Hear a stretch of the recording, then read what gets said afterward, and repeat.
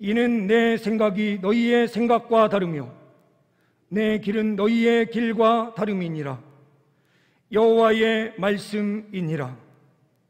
이는 하늘이 땅보다 높음같이 내 길은 너희의 길보다 높으며 내 생각은 너희의 생각보다 높음이니라. 아멘.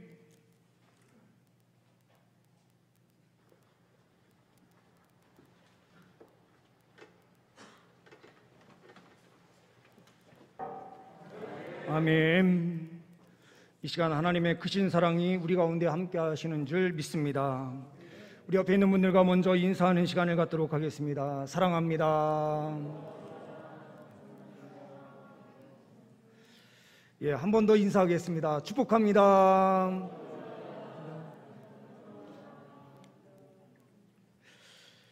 예, 하나님께서 우리에게 놀라운 은혜의 복으로 함께하여 주시는 줄 믿습니다. 오늘 본문의 말씀은 이사야 55장 8절과 9절로 되어 있지만 6절부터 9절까지 말씀으로 우리가 함께 말씀을 나누려고 합니다.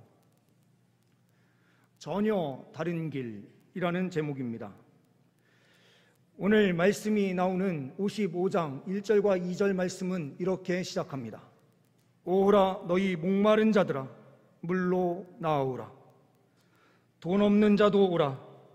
너희는 사 먹되 돈 없이 값없이 와서 포도주와 젖을 사라.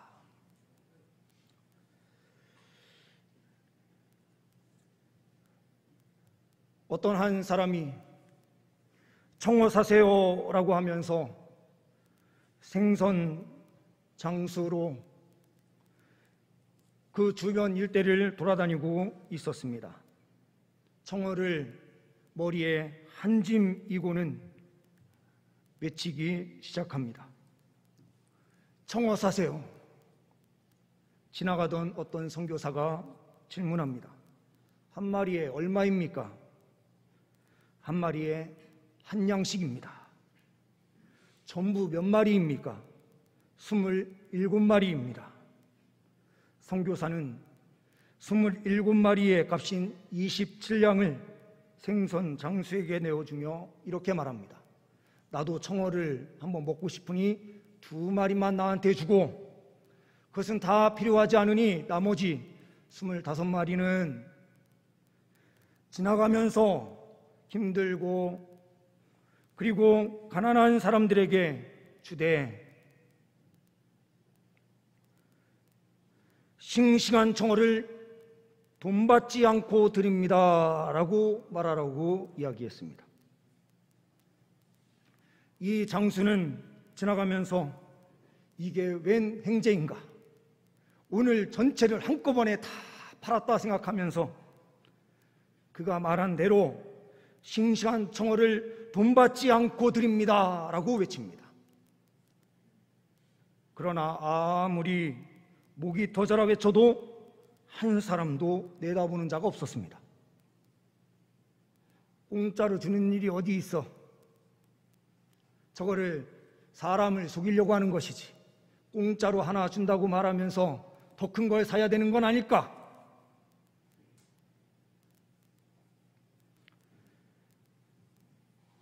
오늘 말씀의 1절과 2절에 분명히 돈 없이 값없이 와서 포도주와 젖을 사라, 돈이 없는데 무엇을 산다라는 말인가? 그냥 준다라고 표현하면 되는 것을 왜 포도주와 젖을 사라라고 표현하고 있는가? 이것이 참 의문점이 남는 단어이기도 합니다. 근데 우리의 구원은 이러한 구원입니다. 하나님께서 그냥 거저 주시는 것처럼 보이는 이 구원이 우리의 헌신, 결단, 이것이 있어야 하는 것입니다. 하나님께서 주신 이 구원의 초청 속에 있을 때에 또한 우리에게 전혀 다른 길을 열어주시는데 그 길은 어떠한 길인가?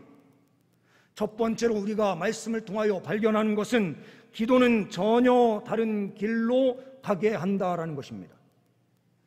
6절 말씀에 너희는 여호와를 만날 만한 때에 찾으라, 가까이 계실 때에 그를 부르라. 우리는 전혀 다른 길이 놓여져 있습니다. 세상 사람들이 이해할 수 없는 길입니다. 그 길은 바로 하나님 앞에 기도하는 길이에요. 다른 세상의 사람들도 기도하는 사람들이 있습니다. 그러나 그 기도는 우상에 불과하고 살아있는 존재도 아닙니다. 그러나 우리가 믿는 하나님은 살아계셔서 역사하시는 하나님이십니다. 이것이 전혀 다른 길임을 말씀에서 우리에게 말씀하여 주십니다. 목포 사랑의 교회를 담임하고 있는 백동조 목사님의 간증의 내용입니다. 그의 어머니는 기도의 어머니로 유명하게 한 분이기도 합니다. 그의 어머니는 가난한 때에 예수를 믿기 시작했습니다.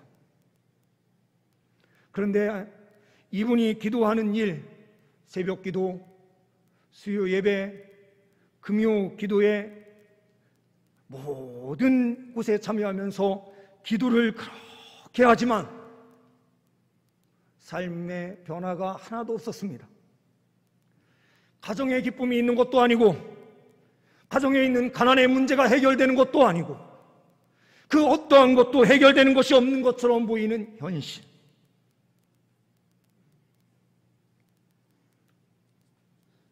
그런데 어느 날부터인가 이 어머님이 교회에 나가시는 일을 하시지 않는 것입니다. 어린 나이에 이 백 목사님은 궁금했습니다. 어머님께 질문을 합니다. 어머니, 왜 교회로 가셔서 기도를 안 하세요? 어머니는 이야기합니다. 내가 하나님의 영광을 가리는 것 같다. 그렇게 기도를 해도 변화되는 삶이 없으니 기도하지 않는 사람들에게도 기도할 수 있는 동기를 주는 것도 아닌 것 같고 같이 기도하는데 그렇다고 응답이 있어서 뭔가 기감이 되는 것도 아닌데 그리고 조용히 집에서 기도를 하다가 이분이 어느 날인가부터 갑자기 또 다시 교회를 나가기 시작합니다. 그리하여 질문합니다. 어머니, 어떻게 다시 교회에 나가시면서 기도하십니까? 집에서 아무리 조용히 기도하고 뭔가 하려고 해도 기도가 잘 되지 않는다 하면서 다시 나가셔서 기도하시기 시작하셨다라고 말합니다. 나중에 이 목사님이 들었던 소식은 어머니를 통해서 들었던 그 이야기는 그때의 아무개 집사님의 말 한마디가 또한 큰 역할을 했었던 것이었습니다. 아무개 집사님의 쑥덕이는 말 한마디, 저렇게 기도해봐야 응답도 없는데 무슨 소용이 있어 라고 하는 그 말 한마디에 기도하는 일을 포기하고 싶었다라고 말합니다. 그런데 이후에 하나님께서 기도하지 아니하면 안 될 것 같은 그 마음을 주셨기에 다시 기도하러 성전에 나아갔었던 것입니다. 백동조 목사님은 이렇게 이야기를 합니다. 그 당시에 하나님께서 응답하시지 않는 것 같았는데 어머니의 그 기도를 내가 다 받아먹고 있습니다 라고 간증을 하고 있습니다.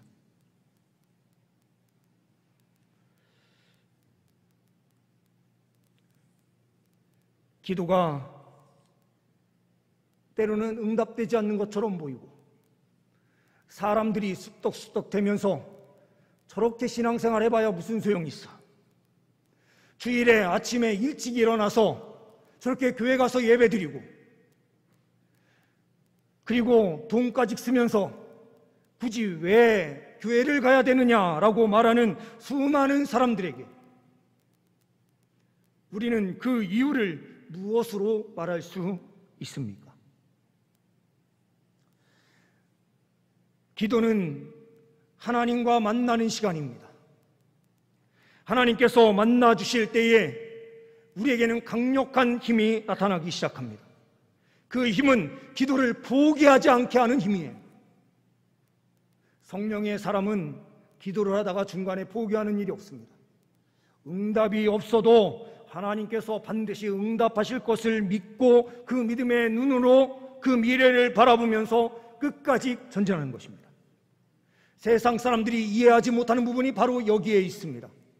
성령의 은혜는 응답이 없어도 끝까지 기도할 수 있도록 우리를 일으켜 세우고 인도해 준다라고 하는 사실입니다. 기도하는 사람은 주 안에 있고 전혀 다른 길을 걸어가는 것입니다. 살아계셔서 역사하시는 하나님을 신실하게 의지하면서 그 믿음의 걸음을 걸어가는 것입니다. 두 번째로는 궁율은 전혀 다른 길로 가게 한다라는 것입니다. 7절 말씀을 보시게 되면 악인은 그의 길을, 불의한 자는 그의 생각을 버리고 여호와께로 돌아오라. 그리하면 그가 궁율이 여기시리라. 우리 하나님께로 돌아오라. 그가 너그럽게 용서하시리라. 궁율은 무엇입니까? 하나님의 자비입니다. 이것을 다른 말로 표현하면 하나님의 사랑입니다. 이 무한한 사랑에 의하여 우리는 또한 용서함을 받습니다. 하나님의 궁율, 하나님의 사랑이 없으면 우리는 용서받을 수 없는 존재입니다. 그러나 하나님께서 우리를 궁율히 여기셔서 무한한 사랑을 주심으로 우리는 전혀 다른 길을 걸어가는 것입니다. 이 궁율은 바로 용서로 나타나게 됩니다. 하나님께서 무한한 사랑으로 우리를 용서하셨듯이 우리 또한 그 용서하는 삶으로 나아가는 것입니다. 누가복음 15장에 있는 말씀처럼 우리가 잘 알고 있는 비유, 탕자의 비유가 바로 그러한 비유입니다. 재산을 가지고 나가 다 탕진하고 아버지를 죽은 자로 취급했던 그 상황에서 아버지는 언제 내 아들이 돌아오나 그것만 바라보고 있다가 돌아오는 그 아들을 바라보면서 버선발로 양말만 신고 그에게 찾아가서 그를 끌어안고 그를 사랑으로 품는 탕자의 아버지. 또한 마태복음 18장 말씀에 나타나는 그 비유와 마찬가지로 10,000달란트 빚을 탕감해 줬는데 지나가던 길에 100데나리온을 부어준 사람을 만나게 되자 그 사람의 빚을 꼭 받아내려고 그 사람이 갚을 수 없는 상황에 있자 감옥에 투옥시키는 일까지 가는 그 어처구니 없는 한 사람이 비유적으로 나타납니다. 무한한 사랑을 받았는데 용서하지 못하는 것이고 탕감하지 못하는 것입니다. 요한복음 4장 10절과 11절 말씀을 보면 말씀에 이렇게 기록하고 있습니다. 현대인의 성경입니다. 그러므로 우리가 하나님을 사랑한 것이 아니라 하나님께서 우리를 사랑하셔서 자기 아들을 보내 우리를 죄에서 구원하는 제물로 삼아 주셨습니다. 사랑하는 여러분, 하나님께서 이토록 우리를 사랑해 주셨으니 우리도 서로 사랑해야 합니다. 하나님께서 그냥 사랑하라고 우리에게 말씀하시지 않습니다. 하나님께서 우리에게 사랑을 무한정 부어주십니다. 이 사랑을 받은 사람은 마음이 넓어지고 옹졸한 마음이 사라집니다. 그리하여 사람을 용서하게 됩니다. 하나님의 사랑이 우리에게 부음받음으로 용서하게 되는 것이죠. 때로는 제가 바르게 목회하고 있는 게 맞는가라는 생각을 할 때가 있습니다. 처음처럼 우리 성도님 한 분 한 분을 정말로 사랑하면서 섬기며 나아가는 것이 맞는가? 만약 이 안에 사랑이 빠졌다면 그것은 바른 목회가 될 수 없고 그것은 하나님께서 원하시는 목회가 아니다라는 생각이 듭니다. 저는 또한 우리 자녀들에게 아버지로서의 사랑을 충분하게 주려고 합니다. 그 이유는 아버지로부터 받은 그 사랑을 기억하면 이 아이가 사랑하는 자로 건강하게 세워질 것을 확신하고 믿기 때문입니다. 하나님께서 우리에 대한 믿음을 갖고 계십니다. 우리를 신뢰하십니다. 그런데 그것을 혼자 힘으로 감당하라고 말씀하시는 것이 아니라 우리에게 하나님의 사랑을 그냥 막 부어주시면서 내가 너를 이렇게 사랑한다. 그러니 이 사랑을 받은 너는 마음을 넓혀서 용서하라.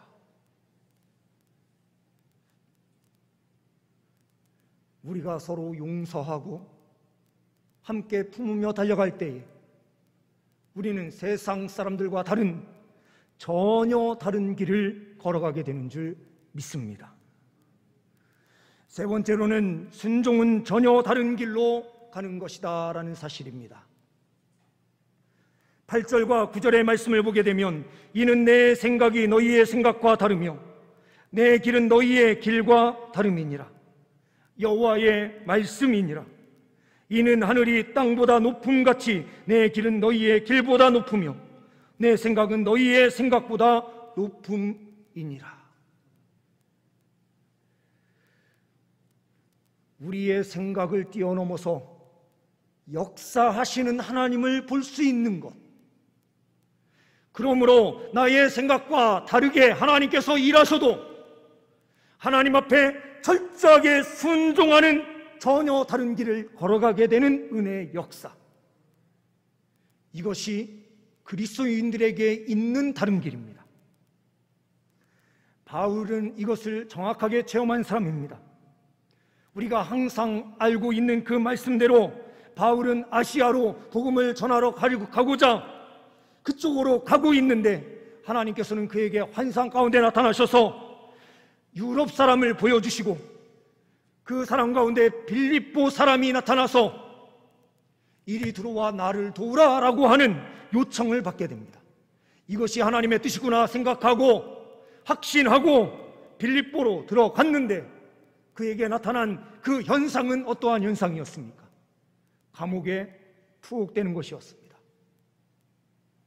아니, 하나님께서 환상 가운데 보여주시고 나를 이곳으로 인도하셨다면 부흥의 역사가 일어나고 어떤 강력한 역사가 펼쳐져야 되는데 하나님 왜 감옥으로 우리가 들어가야 됩니까?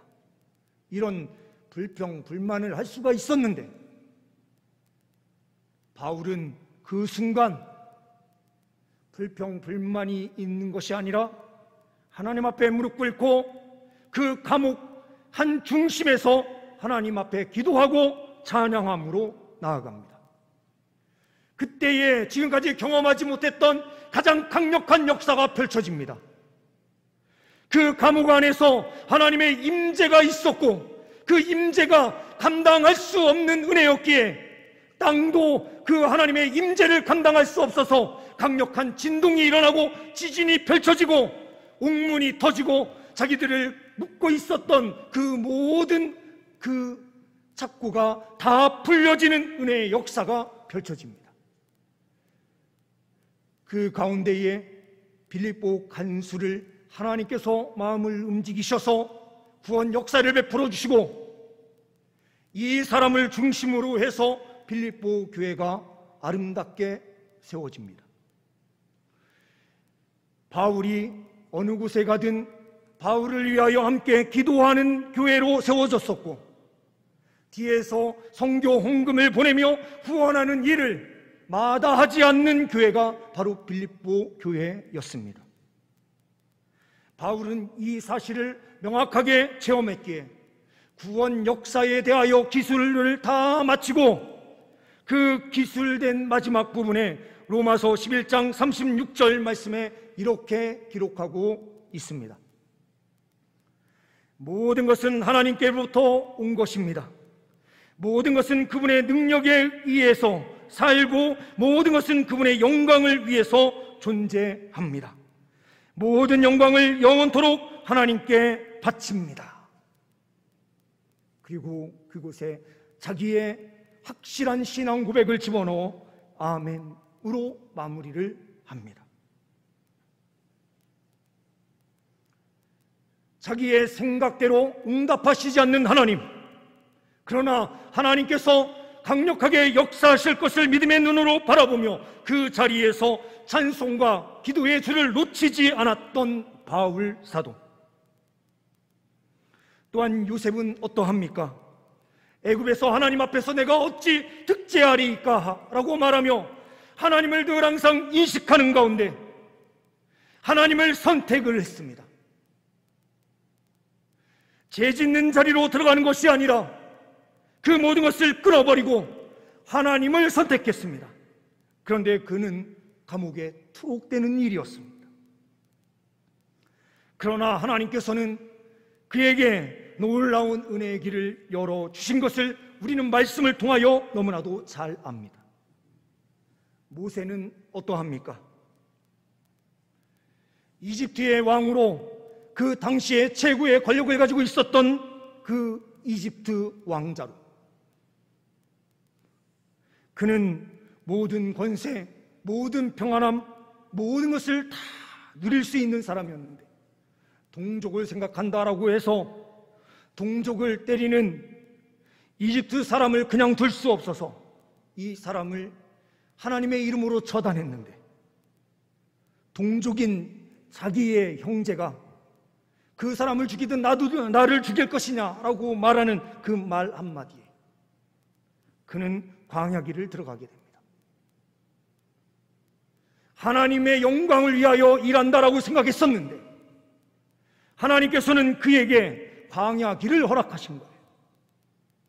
광야 그 길도 1년, 2년이 아니라 40년이라고 하는 긴 세월을 그에게 주신 거예요. 모세는 도저히 이해할 수 없었습니다. 궁중생활만 하던 그는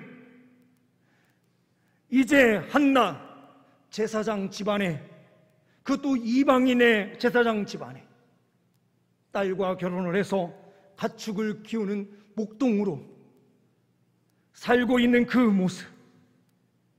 그런데 이후에 하나님을 만난 그 때에 비로소 하나님의 섭리를 깨닫기 시작합니다. 이집트에 가서 10가지 재앙을 내리고 하나님의 구원 역사가 온전히 이루어지는 것을 보게 되고 그들이 구원받아서 홍해를 건너서 광야길을 들어갔을 때에 하나님께서 이 길을 걸을 수 있도록 하시기 위해서 나를 준비하셨구나. 그리고 그 가족이 어떠한 가족이었습니까?